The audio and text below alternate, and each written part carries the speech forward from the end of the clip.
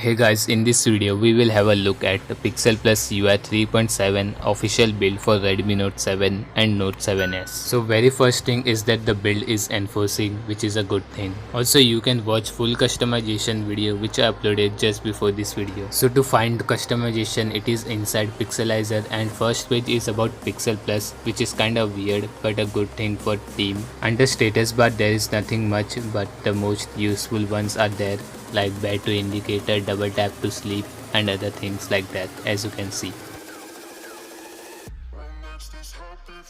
Then under quick settings you can find traffic indicator, then there is tint for QS styles which includes Oxygen OS 11 and Android 12 style.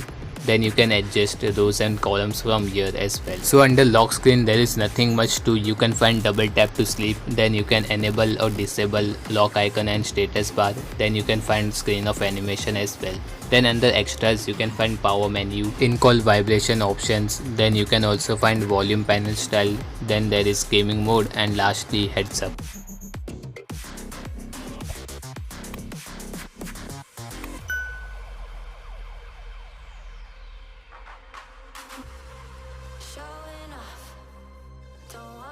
Then for battery settings you can find smart charging and smart cutoff as well.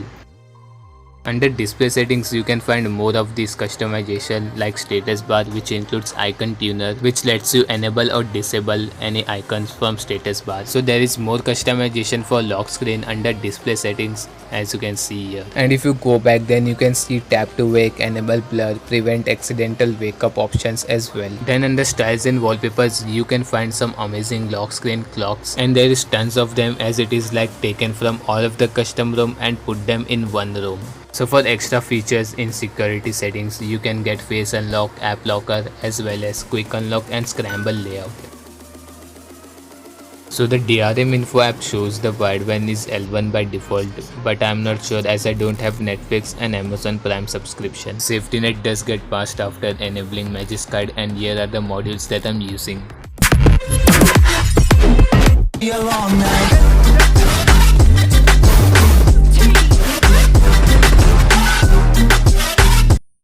Well done.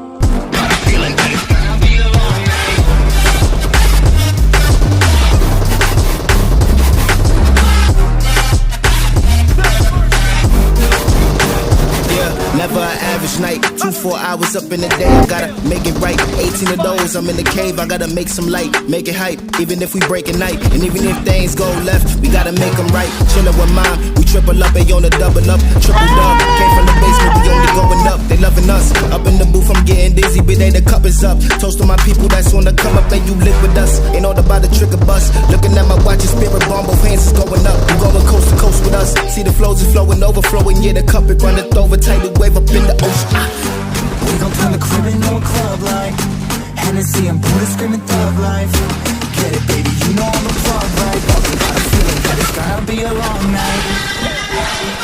So the gameplay with screen recording at 720p is smooth, and there are no lags too while playing. Without screen recording it is even better. Also while screen recording I was using custom kernel, which is Nexus HMP version 11. So this custom ROM is great for those gamers who want a newer Android version with some gaming performance as well. So now let's have a look at pros and cons of this custom ROM. Whether it is gaming or editing, it can handle both of the tasks very easily. Also the stability of this custom ROM is great, there are no bugs and everything runs perfectly smooth. But the RAM management is kinda meh. While I was using this ROM with Nexus kernel HMP version, the system here was crashing randomly, which happened rarely though, and after changing kernel it is smooth and fine. As I mentioned previously, there are no bugs in this custom ROM, which is a great thing.